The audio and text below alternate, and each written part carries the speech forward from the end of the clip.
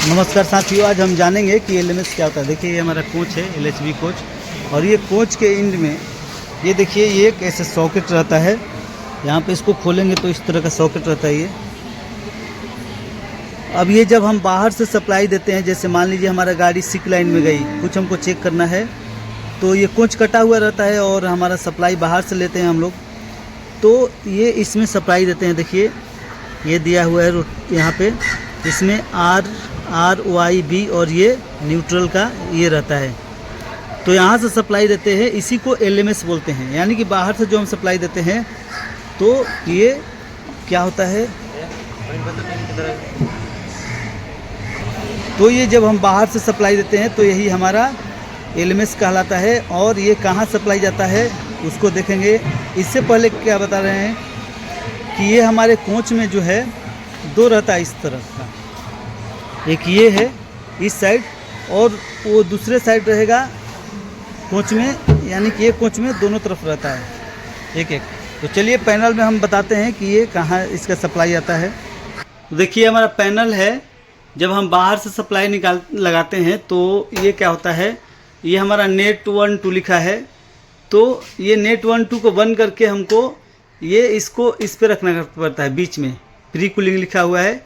यानी कि ये बाहर का हमारे जो नेट से सप्लाई आएगा वो नहीं आएगा और ये कंट्रोलिंग काम नहीं करेगा। तो ये हमारा सप्लाई आता है कहाँ पे,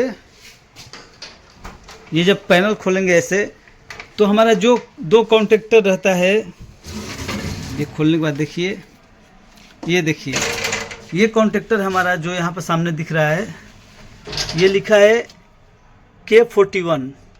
तो जब हम बाहर से सप्लाई लगाते हैं 3 फेज का सप्लाई लेने के लिए, तो वो सप्लाई इसमें आता है। जब एक साइड से लगाएंगे तो सप्लाई ये कॉन्टेक्टर पे आएगा और दूसरे साइड से लगाएंगे तो सप्लाई ये कॉन्टेक्टर पे जाएगा। इसका नंबरिंग है K42, इसमें लिखा हुआ नहीं है।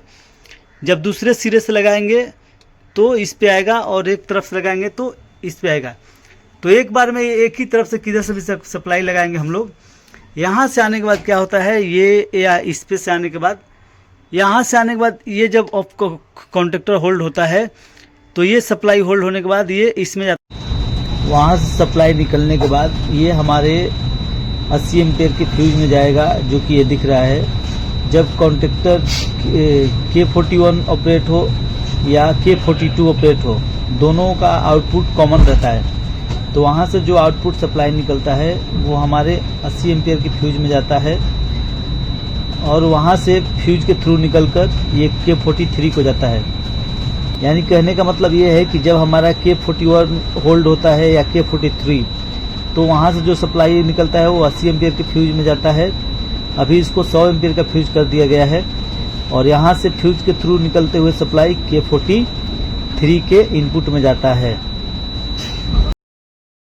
यहाँ से ये जब होल्ड होता है तो ये सप्लाई निकल के हमारे यहाँ से आउट जो होता है, ये सप्लाई निकल के हमारे यहाँ पे ये K44 में आता है। K44 के आउटपुट में आता है। ये आउटपुट है और ये इनपुट है ऊपर का K44 का। तो LMS आप समझ गए कि क्या होता है।